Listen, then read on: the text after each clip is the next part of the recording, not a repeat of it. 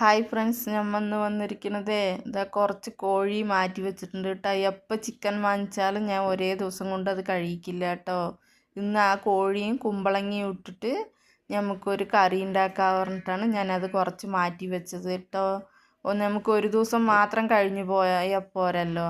കുറച്ച് ഓയിൽ ഒഴിച്ചു കൊടുത്ത് വലിയുള്ളി ഇട്ട് കൊടുത്തതിന് ശേഷം എന്താ നന്നായി അത് വഴറ്റിയെടുക്കുന്നുണ്ട്.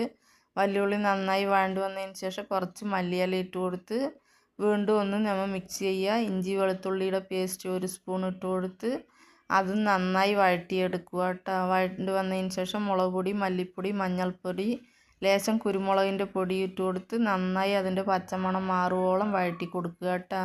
എന്നിട്ട് അതിലോട്ട് ഇതാ ഒരു തക്കാളി അതും ഇട്ട് കൊടുത്ത് അത് നന്നായി മിക്സ് ചെയ്യുക. ചെറിയ തക്കാളിയാണെങ്കിൽ 2 ഇട്ട് കൊടുത്തോളൂ കേട്ടോ. കറിക്ക് ലേശം പുളിപ്പുണ്ടെങ്കിൽ തന്നെ നന്നായിരിക്കുള്ളൂ. ആവശ്യത്തിനുള്ള ഉപ്പ് ഇട്ട് കൊടുത്ത് നന്നായി മിക്സ് ചെയ്തതിന് ശേഷം ഇതിലോട്ട് നമ്മൾ കഴുകി വെച്ചിരിക്കുന്നത് ആ ചിക്കൻ ഇത് കണ്ടില്ലേ, 2-3 പീസേ ഉള്ളൂ.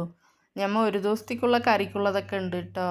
പിന്നെ അതിലോട്ട് ഇതായി കുമ്പളങ്ങിയില്ല, നല്ല കുമ്പളങ്ങിയാണ് കണ്ടില്ലേ, അതും ഇട്ട് കൊടുത്ത് അതൊന്ന് നന്നായി മിക്സ് ചെയ്തതിന് ശേഷം ഇതിലോട്ട് നമുക്ക് ഒരു ഉരുളക്കിഴങ്ങ് ഇട്ട് കൊടുക്കുന്നുണ്ട്. അതെന്തിനാണെന്ന് വെച്ചാൽ കറിക്ക് കുറച്ച് ഗ്രേവിമാരി കിട്ടാനായിട്ടാണ് കേട്ടോ. ഒരു ഉരുളക്കിഴങ്ങ് ഇട്ട് കൊടുത്തതിന് ശേഷം അതും നമ്മൾ നന്നായി മിക്സ് ചെയ്തു കേട്ടോ. മിക്സ് ചെയ്തതിന് ശേഷം ഈ ചിക്കൻ ഇതൊക്കെ വേവാനുള്ള വെള്ളം ഒഴിച്ചു കൊടുത്ത് നമ്മൾ ഇതിനെ കുറച്ച് നേരം അടച്ച് വെക്കണം കേട്ടോ. ഇതെല്ലാം ഒപ്പമാക്കിയിട്ട് ഇത് അടച്ച് വെച്ചിട്ടുണ്ട്. ഇത് കണ്ടില്ലേ, വെള്ളമൊക്കെ നന്നായി വറ്റി വന്നിട്ടുണ്ട്. വറ്റി വന്നതിന് ശേഷം വീണ്ടും നമ്മൾ ഒന്ന് ഇളക്കി നോക്കിയതാണ് കേട്ടോ. ഇളക്കിയതിന് ശേഷം എന്താ തേങ്ങ, പട്ട, ഗ്രാമ്പു, ഏലക്കായൊക്കെ കൂടി അരച്ചതാണ്. അതും ഇട്ട് കൊടുത്തതിന് ശേഷം എന്താ ഒന്നുകൂടെ ഇളക്കി വിട്ടിട്ട് ആവശ്യത്തിനുള്ള വെള്ളം ഒഴിച്ചു കൊടുക്കുന്നുണ്ട്. ഇത് നന്നായി കുറുകി വരും, അത് കാരണമാണ് വീണ്ടും കുറച്ചും കൂടെ വെള്ളം ഒഴിച്ചു കൊടുക്കുന്നുണ്ട് കേട്ടോ. ഇത് നല്ല ടേസ്റ്റ് ഉണ്ടാകും. നമ്മളിപ്പോൾ രാവിലെ വന്ന് ദോശയ്ക്കാണിത് ഉണ്ടാക്കുന്നത് കേട്ടോ. ഇത് കണ്ടില്ലേ, കോഴിയും കുമ്പളങ്ങയും ഉണ്ട്. ആരൊക്കെ ഇതേമാതിരി ചെയ്യുന്നുള്ളത് കമൻ്റ് അയക്കാനായിട്ട് മറക്കണ്ട കേട്ടോ.